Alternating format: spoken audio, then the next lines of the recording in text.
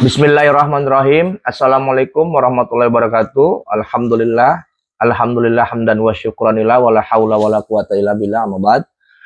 Baik para sedulur, ketemu lagi dengan saya Gubes Kiprah Jepati dari Kabupaten Banten. Kali ini channel Pusat Kebatinan kedatangan praktisi yang mengambil produk Azimat Sabuk Gendam Serbaguna. Beliau dari daerah Lampung. Mari kita cakap-cakap sebentar sebelum kita melakukan ijazah dan memberikan teori serta mungkin prakteknya. Untuk penggunaan bagaimana dasar cara mengolah suatu energi azimat menyatu dengan energi batinia kita. Oke teman-teman, kita sapa dulu praktisi kita dari Lampung ini. Assalamualaikum. Waalaikumsalam. Oke, Kang, mohon hampura, bisa cakap-cakap sebentar ya? Ya. Coba perkenalkan dirinya sama teman-teman. Akang namanya siapa, dari mana, tujuannya apa, silakan. Assalamualaikum warahmatullahi wabarakatuh. Perkenalkan, nama saya Edi Suparno, praktisi dari Mesuji Lampung. Tujuan saya datang kemari untuk mengambil azimat sabuk gendam. Moga-moga sabuk gendam ini bisa bermanfaat bagi saya, amin, bagi keluarga saya, amin, dan bisa manfaat untuk menolong sesama umat. Oke, tujuannya ngambil sabuk gendam ini untuk apa? Tujuannya, tujuan khususnya sebetulnya? Untuk kelancaran usaha. Ya. Masya Allah. Bisa untuk inilah ngobatin anak-anaknya kalau misalkan sakit gitu kan, bisa ditolong sendiri. Masya Allah, guys, tujuan Kang Edi mulia banget ya. Tujuannya untuk bisa ngobatin orang, intinya bisa mampu untuk mengatasi pertolongan untuk masyarakat umat ya, Kang Edi ya. Ngomong-ngomong Kang Edi, sebelum kemari sudah berapa lama memantau Kiprah Jepati? Dari YouTube dulu, TikTok, atau medsos yang lain? Saya melihat YouTube-nya Aki udah sekitar 4 tahun gitu. 4 tahun. Masya saya Allah. Hanya nonton terus gitu, rasanya kepingin sekali cepat-cepat bisa silaturahmi ke tempat Aki. Ternyata baru sekarang sampean. Masya Allah guys, 4 tahun mantau channel Pusat Kebatinan. Nah, kenapa nggak ngambil ilmu sekalian? Ada apa ini? Kenapa ngambil sabuk, tanggung banget? Gitu. Iya Ki, karena yang jelas faktor ya, dana. Masya Allah, mudah-mudahan nanti pulang dari sini Ki, kalau ada rezeki, saya insya Allah bisa ngambil gendam. Ilmu gendamnya. Amin. Level 2. Amin. Mudah-mudahan media wasilah sabuk ini bisa menambah kerezekian dan sehingga bisa mengambil biangnya ya. Ilmunya itu sendiri. Ya. Masya Allah guys, jauh-jauh dari Lampung hanya untuk mengambil azimat sabuk gendam serbaguna. Kebanyakan orang yang ngambil azimat sekarang ini melalui via online, privatnya via online. Nah sekarang beliau mau datang kemari privatnya via offline. Itu sekaligus ingin satu rahim ya. Biar selama ini cuma nonton-nonton doang di YouTube, pengen langsung tahu nih Kiprah Jepatinya padepokan seperti apa ya. Nah sekarang udah tahu gimana nih? Ya ternyata seneng lah Ki, bisa ketemu Aki, orangnya gimana ya, dibilang pokoknya seneng gitu lah ngobrol sama Aki. Masya Allah. Oke, sebelum ngambil azimat sabuk gendam, spiritual apa yang sudah dipelajari oleh Kang Edi? Sebenarnya sih ilmu apa saja yang udah dijejaki? Iya, sebenarnya sudah banyak Ki, cuman yang sejak bujangan ya Ki, itu udah banyak, cuman udah lupa yang ingat aja lah. Yang ingat yang sekarang ini udah keluarga ini udah ilmu hipnotis Ki, pernah belajar hipnotis. Terus keduanya ini apa, laduni. Yang terakhir itu ngambil totok saraf jari petir. Pernah itu. Nah oke, gitu. Dari hipnotisnya bisa bermain hipnotis? Alhamdulillah nggak bisa Ki. Nggak bisa. Laduninya sudah bisa dilakukan, dipraktekkan? Kalau dipraktekkan di dalam lingkungan perguruan bisa Ki, cuman kalau di luar itu belum pernah praktekkan. Nah tadi yang ketiga apa tadi? Totok jari petir. Totok jari petir bisa? Alhamdulillah bisa. Oke, berarti bisa menangani saraf-saraf orang dong? Iya sedikit-sedikit. Alhamdulillah bisa nolong orang Ki. Untuk sampingan aja Ki, kalau pas malam ada temen datang gitu, tolong ini sakit ini tolong diterapi gitu. Insya Allah bisa. Udah hanya itu aja, yang lain lupa. Sudah lupa yang lama. Tapi pernah belajar kegoiban pernah? Belum, gitu. Hanya itu belajar penarikan benda pusaka. Pernah. Pernah, cuman juga gagal. Gagal. Oke. Sedikit memberikan edukasi, motivasi, klarifikasi untuk Kang Edi sekaligus untuk teman-teman pusat kebatinan. Tidak merendahkan suatu keilmuan dan tidak meninggikan memilih suatu keilmuan yang ilmu itu ini lebih bagus, ini lebih jelek. Tidak ada, semua ilmu sama. Semua itu ilmu itu diciptakan Tuhan untuk semata-mata menjadi wasilah, media, alat kemudahan hidup dan kehidupan kita. Ya. Ya. Nah, adapun saya jawab pertanyaan dari Kang Edi, dia gagal dalam bermain hipnotis. Di belakang layar dibilang, kenapa saya nggak bisa menghipnotis istri saya. Nah, teman-teman perlu dipahami.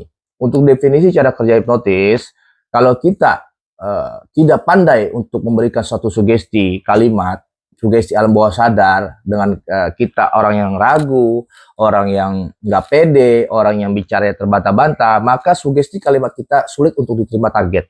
Dan atau sebaliknya memang target ini tidak bisa untuk dihipnotis. Nah, itulah hipnotis. Nah, di sini sekali lagi saya mengatakan saya tidak merendahkan hipnotis ya. Nah, untuk menjadi master ahli hipnotis itu harus terbiasa. Nah, sehingga dengan terbiasanya dia sering praktek dari 1 orang gagal, 2 orang gagal, 3 orang gagal, 4-nya masih berhasil, 5-nya masih berhasil. Nah, kesannya kita akan mengerti bagaimana cara kerjanya hipnotis itu sendiri, yaitu dengan kalimat keyakinan, kalimat afirmasi, kalimat yang bisa mengundang target untuk bisa merespon kalimat-kalimat positif yang kita berikan sama dia, begitu Kang Edi. Yeah. Tapi kalau targetnya sudah memang mental block, nah itu sulit teman-teman untuk dihipnotis. Oke, sekali lagi saya mengatakan hipnotis bagian dari gendam, gendam bukan bagian dari hipnotis. Karena hipnotis adalah suatu media alat untuk dasarnya orang itu dasar ilmu untuk supaya orang itu percaya diri. Nah, untuk menimbulkan kepercayaan diri dia harus pandai sering melakukan praktek lawan jenis atau sama jenis, yaitu untuk bermain hiburan. Itu hipnotis. Maka dengan cara begitu mungkin Anda bisa berhasil dalam bermain hipnotis tanpa harus belajar gendam kalau hanya semata-mata untuk suatu media permainan. Oke? Ya, terus yang kedua adalah laduni. Laduni adalah ilmu yang orang sekarang lagi ngetren, yang bisa lumpuh, lemes, segala macam teman-teman. Saya berikan lagi edukasi keterangan di sini karena banyak sekali orang laduni yang kemarin kecewa, gagal, gitu. Karena apa? Karena cuma anggotanya doang yang bisa dipraktekkan. Iya, betul. Kenapa saya nggak bisa? Kenapa orang itu anak buahnya di perguruan itu bisa, saya nggak bisa? Banyak sekali, bukan kayak dia aja. Nah, di sini saya juga meluruskan teman-teman. Ya, sebetulnya laduni itu adalah ilmu keselamatan. Zaman dahulu nggak ada namanya laduni zaman saya belajar.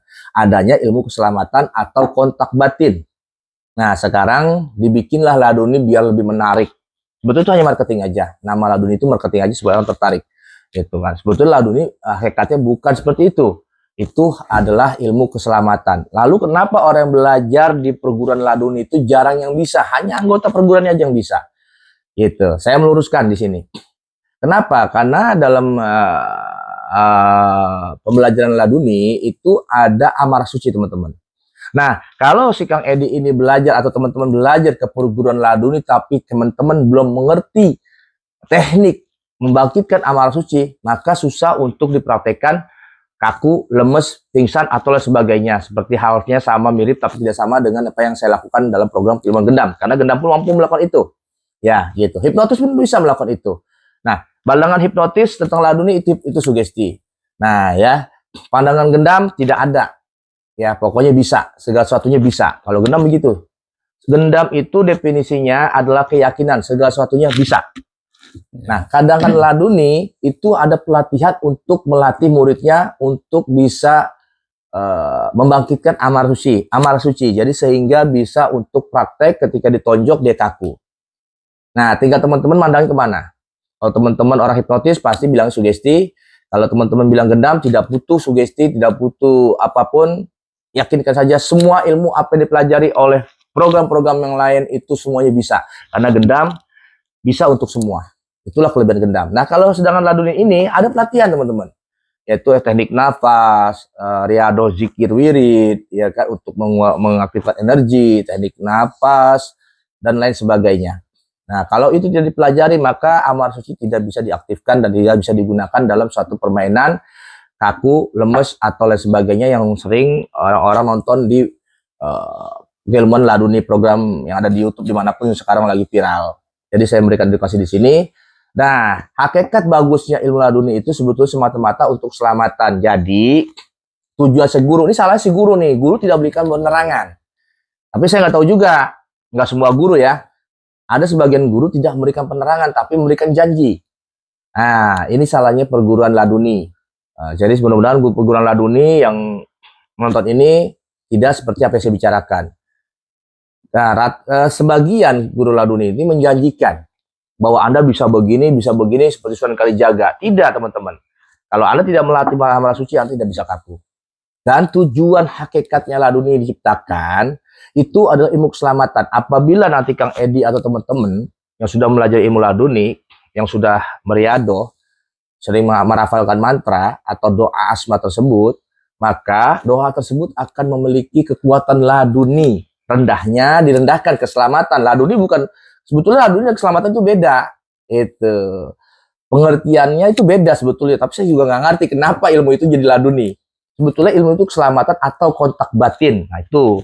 Nah, nanti ketika teman-teman yang belajar laduni atau yang belajar ilmu keselamatan ini terjadi di jalanan, ada begal, ada rampok, ada orang jahat yang tiba-tiba ingin mukul kita dari belakang, yang ingin menusuk kita. Nah, disinilah baru ilmu ini, rafalan ini, ilmu laduni yang kalian pelajari atau ilmu keselamatan ini aktif. Gitu teman-teman. Jadi bisa dipraktekannya, terjadinya ilmu ini menjadi sebutnya karomah, padahal bukan karomah, tapi maunah, pertolongan. Nah, karena adanya rafalan riado, amalan yang dibaca oleh praktisi ini dengan keyakinan beliau keyakinan murid ini kepada gurunya. Dia bajarin asmanya, terus dilatih, kan disuruh zikir kan? Iya. Disuruh zikir, suku wirid. Tujuannya apa? Agar diri kita berenergi, memiliki keselamatan di jalan. Apabila terjadi ada kejahatan, kita bisa dilindungi. Tadinya kita mau dibacok, ya terbelah, ya cuma tergores. Itu sebetulnya hakikatnya tujuan mereka menciptakan ilmu yang disebut laduni ini. Walaupun saya tidak senang dan tidak sepaham, dan ini buat saya keliru. Jangan dikatakan laduni, tapi ini ilmu keselamatan. Ini pencerahan untuk teman-teman yang nonton channel Pusat Kebatinan. Nah, terkecuali yang ketiga ini, ilmu jari petir. Nah, teman-teman juga saya meluruskan juga, yang namanya jari petir bukannya berarti orang itu kena petir. Jari petir itu ketika emang ada penyakitnya, maka orang itu terasa disilet, merasa panas. Nah, seakan-akan akhirnya lebay itu praktisi, seakan-akan kayak petir. Seakan-akan, bukannya di tangan kita ada petirnya, bukan. Gitu. Tapi itu pun terjadi kalau ada penyakitnya. Kalau ada penyakitnya tidak akan terasa apa-apa orang itu. Begitu teman-teman. Ini saya meluruskan semua keilmuan ya. Semoga teman-teman semua di Pusat Kebatinan ini mendapat wawasan yang luas. Karena Kiprah Japati bukan menyombongkan diri. Saya udah mempelajari spiritual dari ujung barat sampai ujung timur. Ya, makanya segala keilmuan apapun, hipnotis, laduni, apalagi jari petir, dan ilmu yang lainnya, insya Allah Kiprah Japati sudah ada di fase tersebut. Nah, saya tidak seperti kayak yang si A, si B yang mengatakan pembodohan, dobol, dan jangan dipercaya. Tidak teman-teman. Hargai semua ilmu, cuman kita tetap memberikan penerangan bahwa semuanya ilmu benar. Yang salah itu marketingnya. Itu yang salah, Mas Edi. Yang salah itu marketingnya. Yang salah itu kenapa ilmu keselamatan menjadi laduni. Gitu. Kenapa sang guru tidak memberikan definisi bahwa kamu belajar ini nggak langsung terbang, kamu ada proses belajar. Ya, makanya saya selalu mengatakan yang penting yakin, pasrah, niscaya wujud. Karena kalau tidak ada keyakinan dan kepasrahan pada Allah, susah untuk wujud. Karena ilmu itu tidak berwujud tapi terasa. Yang kita butuhkan adalah ilmu rasa. Bagaimana kita bisa merasakan ilmu tersebut, yaitu energi. Nah, energi inilah yang kita pekerjakan untuk masalah umat, mengobati orang, bisnis, pengarisan, pengasihan. Nah, disitulah letak-letak energi yang kita gunakan melalui rasa. yang kita dapat dalam pengamalan konsisten istiqomah prasangka baik. Itu teman-teman ya. Jadi alhamdulillah dari terjadi kegagalan keluhan beliau di saat belajar, katanya nggak ada yang berhasil, hanya di petir aja yang bisa menolong orang. Tapi saya tidak menyalahkan ilmu tersebut, saya hanya meluruskan ya. Gitu. Jadi teman-teman, bagi teman-teman yang belajar laduni, jangan di otaknya laduni, oh saya bisa kayak Sunan Kalijogo. Enggak, itu ilmu keselamatan. Dan yang hipnotis, teman-teman kalau nggak pandai bicara, jangan belajar hipnotis. Karena nggak akan bisa kalian menghipnotis orang tanpa ungkapan kata kalimat sugesti. Iya, iya. Benar nggak kira-kira? Benar. Ya, oke. Gitu teman-teman, semoga bisa dipahami. Nah, sekarang Kang Edi, saya rasa cukup ya podcastnya. Saya minta edukasinya sama Kang Edi. Sebelum kita tutup podcast ini, saya minta edukasinya bagaimana pandangan Kang Edi tentang Ki Prajapati dan bagaimana tentang tadi ruatan tolak bala, telur, dan reforehealing. Rasanya apa tadi ketika lagi tadi dibimbing oleh anak murid saya Ki Pati Sejati? Silakan. Oh iya. Waktu saya di healing tadi, saya terasa kaki itu saya nggak biasanya kan kena ini kram tuh. Itu nggak pernah, tapi tadi tiba-tiba kaki yang sebelah kiri ini ya kram. Itu Kram. iya, kena Terus kram. lagi di healing. Iya. Oke, terus Ya saya rasa cuman itu aja yang tolak bala telur. Nah, tolak balak telur itu saya bisa mencakan itu, cuman kita harus tangan dua tadi. Oh, harus tangan dua ya. Tangan satu nggak mampu, tangan kanan, tangan kiri nggak mampu. Mampunya tangan dua baru bisa. Oke. Tapi pengajaran bimbingan dari murid saya Ki Pati Sejati bisa dipahami tadi ya. Insya Allah. Masya Allah. Tadi Kang Edi ini sampai jam berapa kemarin? Sampai sini pas jam 4. Hampir subuh ya. Hampir subuh ya. Iya, Masya Allah teman-teman, dari Lampung jalan kemarin hari Senin sampai hari Selasa jam 4 subuh jam 4. Berangkat kemarin jam 4 sore dari Lampung ke sini jam 4 pagi. Masya subuh. Allah. Terus bagaimana sekarang udah ketemu Ki Prajapati nih pandangannya nih? Ya pandangan saya sih seneng banget ketemu Aki. Teman-teman yang nonton podcast kali ini bersama Kang Edi dari Lampung, waduh ini banyak ilmu yang kalian bisa ambil di sini. Masya Allah, kalian akan tersadarkan apapun yang kalian pelajari, ilmu apapun dalam spiritual, supernatural, dalam program apapun, kalian akan tersadarkan dengan konten yang satu ini. Ya Kang Edi ya? Ya, nah, Kang Edi juga paham kira-kira ya? Insya Allah. Masya Allah.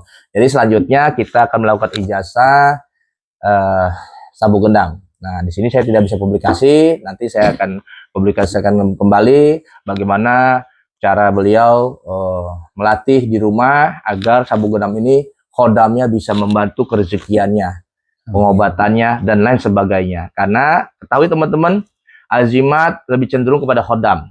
Beda dengan ilmu gendam itu sendiri tidak pakai khodam. Oke, bisa dipahami ya di sini ya. Dan terima kasih, semoga bisa dipahami teman-teman. Jazakallah. Semoga bermanfaat. Assalamualaikum warahmatullahi wabarakatuh. Salam spiritual Nusantara Rahayu.